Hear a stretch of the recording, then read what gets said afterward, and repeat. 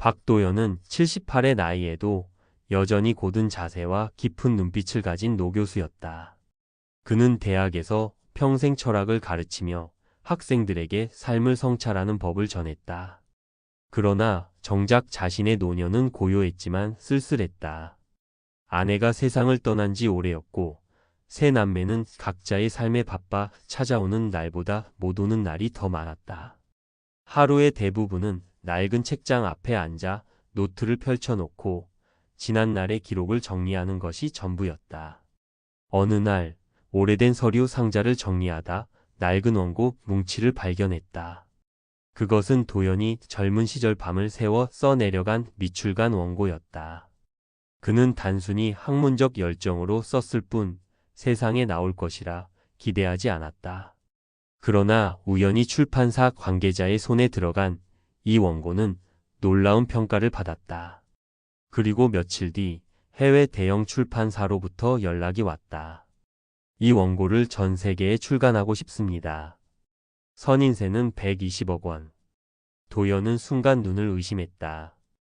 평생 강단에서 성실히 살았어도 은퇴 후 손에 쥔 연금은 생활비조차 빠듯한 수준이었는데 단 한 권의 원고로 상상도 못할 돈이 들어오게 된 것이다. 기쁨보다는 혼란이 먼저 찾아왔다. 그는 오래도록 자식들을 떠올렸다. 잘 나가는 변호사가 된 큰아들 민수, 기업을 일군 둘째 딸 서영, 여전히 무명 작곡가로 고생하는 막내 지훈. 과연 이 거액을 나눈다면 세 남매는 어떻게 달라질까? 그는 쉽게 답을 내리지 못했다. 젊은 시절 그는 가족을 위해 모든 것을 바쳤다. 새벽에 원고를 쓰고 낮에는 강의와 연구에 매달리며 남는 시간은 아이들의 학비와 생활비를 벌기 위해 과외까지 했다. 그렇게 해서 세 남매를 모두 원하는 길로 보냈지만 나이 들어 돌아온 건 고독과 무심한 뿐이었다. 몇 해 전 아내가 위독했을 때도 곁에 있어준 건 병원 간호사와 자신뿐이었다. 자식들은 바쁘다는 핑계로 병실 문턱조차 자주 넘지 못했다. 그래서 도연은 결심했다. 이번에는 아이들의 겉모습이 아닌 속마음을 확인하리라. 진심 어린 걱정과 사랑이 남아있는지 아니면 체면과 계산만 남았는지를 시험해 보리라. 그는 일부러 이 사실을 숨기고 낡은 옷차림과 초라한 행색으로 자식들 앞에 서 보기로 했다. 거실에 홀로 앉아 원고 계약서를 바라보던 도연은 길게 한숨을 내쉬었다. 120억, 이 돈이 나를 행복하게 만들 수 있을까? 아니면 진실을 드러내는 잔혹한 거울이 될까? 그렇게 중얼거리며 창밖 저무는 노을을 바라보았다. 그의 시험은 이제 막 시작되려 하고 있었다. 며칠 뒤 박도연은 낡은 코트를 걸치고 종로의 법률사무소 건물 앞에 서 있었다. 그곳은 그의 큰아들 민수가 일하는 로펌이 있었다. 건물 외벽은 유리로 번쩍였고 로비에는 정장을 입은 사람들이 분주히 오갔다. 그 화려한 풍경 속에서 도연의 초라한 옷차림은 유난히 낯설어 보였다. 그는 일부러 손에 오래된 서류 가방 하나만 들고 나타났다. 마치 당장이라도 도움을 청해야 할 처지처럼 보이길 원했다. 민수의 사무실 문을 열자 안에서는 직원들이 분주히 서류를 정리하고 있었다. 그 순간 민수는 회의실에서 나와 아버지를 발견했다. 그러나 놀라움 뒤에 반가움이 아닌 당혹감이 먼저 스쳐갔다. 아버지, 여기 웬일이세요? 민수의 목소리에는 미묘한 불편함이 배어 있었다. 도연은 미소를 지으며 대답했다.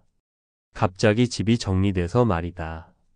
며칠만 머물 곳이 필요해서 내 집에 잠시 지낼 수 있을까? 순간 민수의 표정이 굳어졌다. 그는 주위를 둘러보더니 작은 목소리로 말했다. 아버지, 갑자기 이런 말씀을 하시면 곤란합니다. 저희 집도 손님이 많고 아내도 예민해서요. 그때 민수의 아내, 세련된 차림의 지연이 복도 끝에서 다가왔다. 그녀는 도연의 행색을 보자마자 눈살을 찌푸렸다. 어머님, 아니, 아버님 왜 이렇게 갑자기 오셨어요?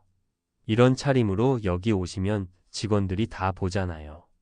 그 말은 곧장 도연의 가슴을 찔렀다. 반가움이나 걱정은 없었다. 오직 체면과 시선만이 문제였다. 도연은 담담히 되물었다. 내가 내 짐이니? 민수는 곧바로 손사래를 쳤다. 그런 뜻이 아니라 아버지, 제가 오늘 회의가 있어서요. 이번 주말에 다시 얘기하면 안 될까요? 그 말 속에 이미 답은 나와 있었다. 아버지를 따뜻하게 맞아들이는 대신 그는 일과 체면을 우선시했다. 도연은 아무 말 없이 가방을 다시 움켜쥐었다. 엘리베이터 문이 닫히는 순간 도연은 스스로에게 말했다. 그래, 내 마음은 알겠다. 나의 삶이 너에겐 짐일 뿐이구나. 민수의 첫 번째 시험은 이렇게 끝났다. 그리고 도연은 곧바로 두 번째 자식을 찾기로 결심했다. 이번에는 다른 답을 얻을 수 있을까? 그는 묵묵히 발걸음을 옮겼다. 도연은 민수의 냉랭한 반응을 뒤로하고 곧바로 둘째 딸 서영의 집을 찾았다. 서영은 자신만의 회사를 세워 성공가도를 달리고 있었고 매체 인터뷰에도 종종 등장하는 인물이었다. 고급 아파트 단지에 들어서는 순간 도연의 마음은 한켠으로 기대와 두려움이 교차했다. 아들에겐 거절당했지만 딸이라면 다르겠지. 적어도 아버지를 따뜻하게 안아주겠지. 초인종을 누르자 현관문이 열리며 서영이 나타났다. 단정한 정장 차림, 손에는 휴대폰이 들려 있었고 뒤편 거실에는 최신식 인테리어가 눈부시게 빛나고 있었다. 아버지? 갑자기 어떻게? 서영의 얼굴에는 놀라움이 스쳤지만 이내 미묘한 불안함이 드리워졌다. 도연은 담담히 말했다. 집이 정리돼서 잠시 지낼 곳이 필요하다. 며칠만 신세를 져도 되겠니? 서영은 순간 시선을 피하며 휴대폰을 내려놓았다. 잠시 머뭇거리던 그녀는 억지 웃음을 지으며 아버지를 안으로 들였다. 그러나 그 따뜻함은 오래가지 않았다. 소파에 앉은 도연에게 그녀는 조심스레 말을 꺼냈다. 아버지, 제가 정말 모시고 싶은 마음은 있어요. 그런데 아시잖아요. 회사 일도 정신없고 남편도 집에선 조용히 쉬고 싶어 해서 아버지까지 계시면 혹시 불편하지 않을까 걱정돼요. 그 말은 도연의 가슴에 서늘하게 스며들었다. 아버지를 맞아들이는데 필요한 건 단순한 공간이 아니라 마음이었는데 딸의 첫 반응은 역시 걱정과 체면이었다. 잠시 후 남편 정우가 퇴근에 들어왔다. 그는 도연을 보자 예의는 차렸지만 표정에는 분명히 당혹감이 담겨 있었다. 장인어른 오셨군요. 그런데 갑자기 무슨 일이신지. 서영이 재빨리 말을 이었다. 아버지가 집이 없어지셨다 해서 잠깐 오셨대요. 근데 우리 집도 여유가 많진 않잖아. 정우는 한숨을 쉬며 말했다.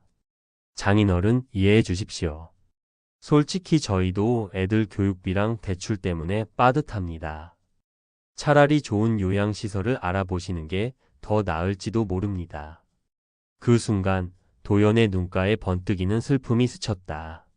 큰 아들에게 들었던 말과 다르지 않았다.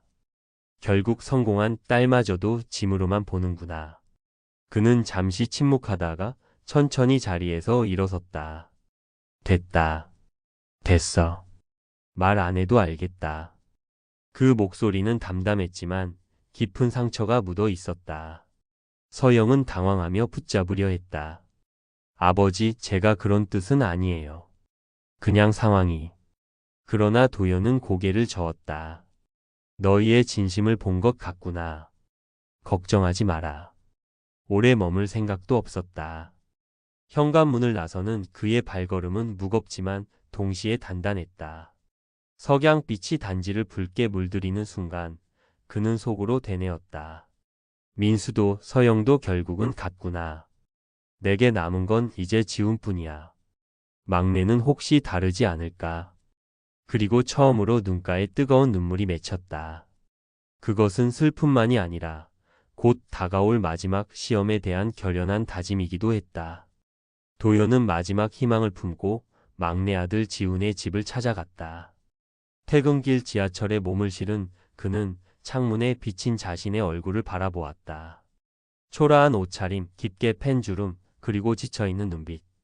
민수도, 서영도 결국 날 짐으로 여겼지. 지우는 제발 다르길.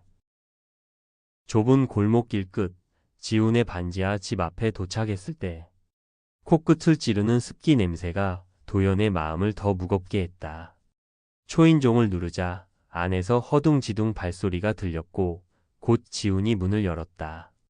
피곤에 찌든 얼굴이었지만 아버지를 보는 순간 놀라움과 함께 반가움이 번졌다. 아버지? 이렇게 갑자기 왜 연락도 없이 오셨어요?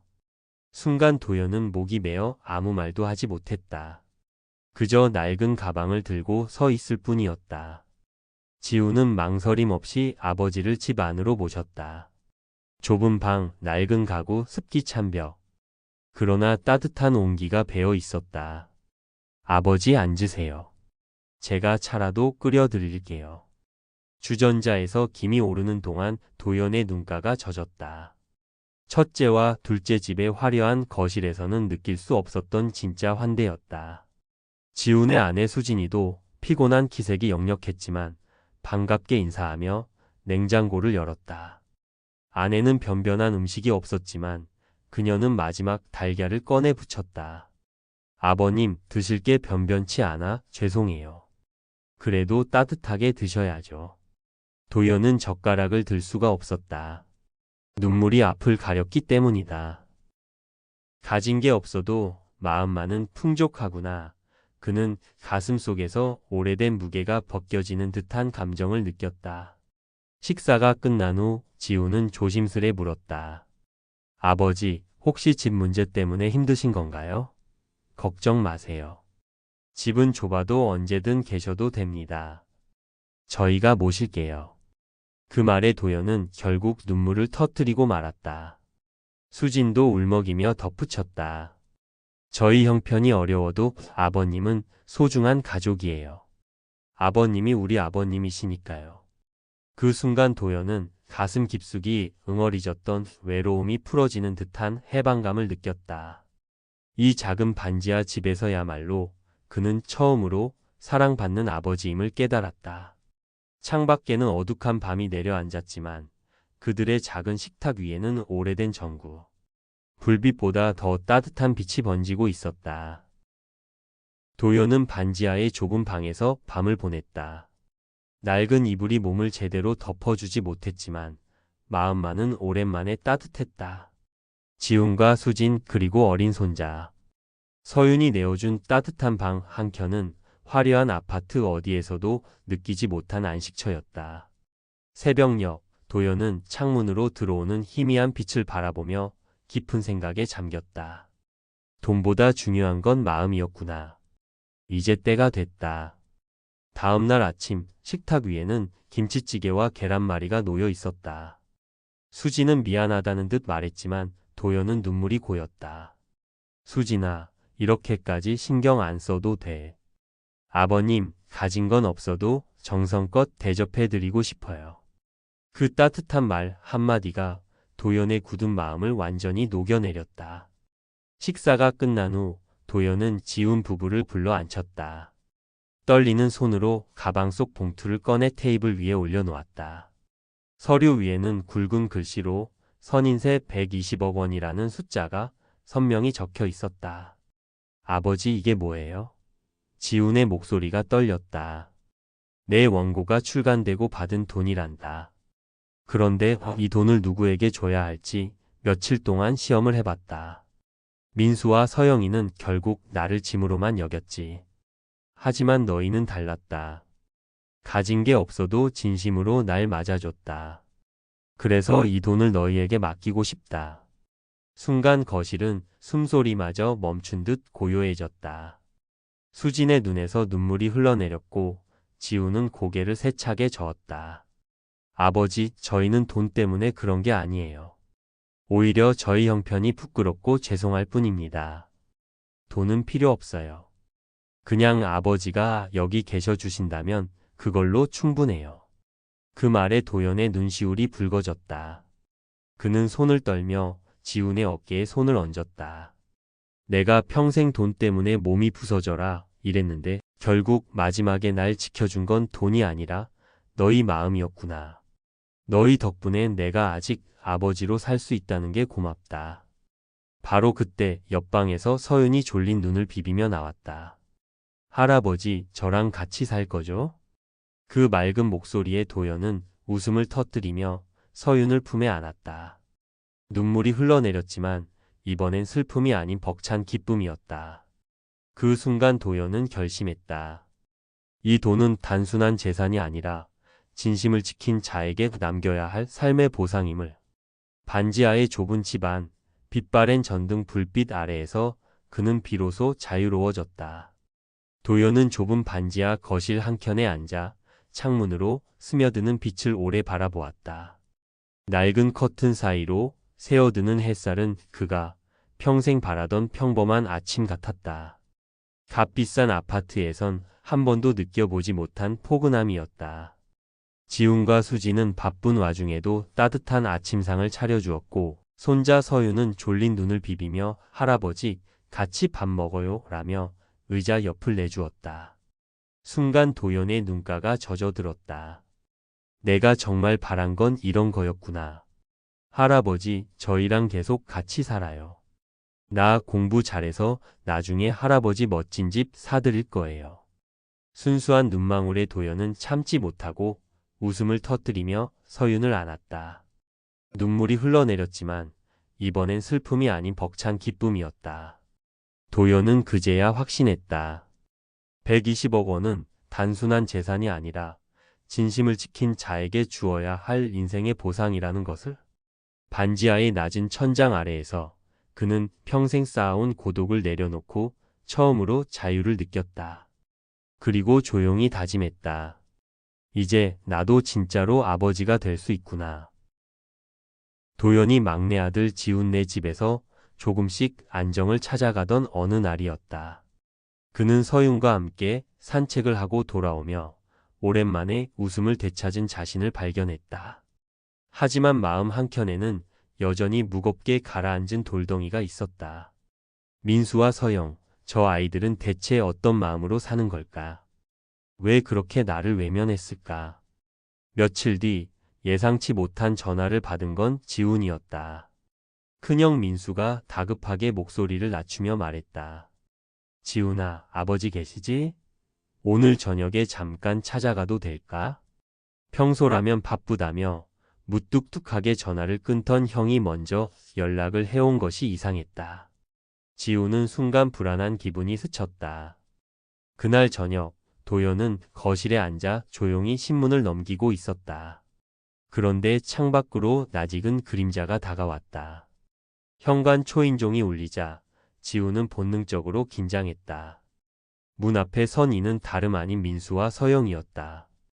두 사람의 표정은 어딘가 초조했고 눈빛에는 절박함이 서려 있었다. 아버지 민수는 한참을 머뭇거리다 말끝을 흐렸다. 웬일이냐? 도연의 목소리는 담담했지만 속은 요동쳤다. 아버지, 사실은요. 서영이 먼저 입을 열었다. 그녀의 손에는 두툼한 봉투가 들려 있었다. 그제야 도연은 직감했다. 드디어 냄새 맡았구나. 돈의 그림자가 이 아이들을 다시 불러온 거구나. 알고 보니 민수의 회사는 잘못된 투자로 위기에 빠져 있었다. 거래처에서 보상 문제로 거액의 합의금을 요구하고 있었고 이미 은행 대출도 막혀 있었다. 서영 또한 남편의 사업 실패로 집을 담보 잡혔고 더는 버틸 수 없는 상황이었다. 그들은 자존심을 굽히고서라도 아버지를 찾아올 수밖에 없었다. 아버지, 죄송합니다. 그동안 제가 너무 무심했죠. 하지만 이번만큼은 민수는 무릎을 꿇으려 했다. 도연은 손을 들어 막으며 눈을 좁혔다. 그래서 온 거냐? 너희가 돌아온 이유가 나 때문이 아니라 내 손에 쥔 돈 때문이지? 짧은 침묵이 흘렀다. 서영의 눈동자가 흔들렸다. 아버지, 우리도 사정이 있잖아요. 아이들 학원비도 밀리고 당장 집을 잃게 생겼어요. 아버지가 조금만 도와주시면. 조금? 도연은 냉소를 터뜨렸다. 너희가 말하는 조금이란 게 120억을 의미하는 거냐? 거실 공기가 얼어붙었다. 지훈과 수지는 숨을 죽였고 서윤마저 상황을 감지한 듯 작은 손으로 할아버지의 팔을 꼭 붙잡았다. 도연의 눈은 서늘하게 빛났다. 좋다. 진짜 마음이 어떤지 내가 직접 들어보겠다. 오늘 다 말해라. 그래야 내가 결정을 내릴 수 있지. 민수와 서영은 서로 눈치를 보며 침묵했다. 하지만 곧 그들의 숨겨온 속내가 하나씩 터져 나오기 시작했다. 욕망과 후회, 그리고 두려움이 뒤엉킨 채로 도연의 마지막 시험대가 눈앞에 펼쳐지고 있었다. 도연은 무거운 침묵 속에서 두 아들과 딸을 바라보았다.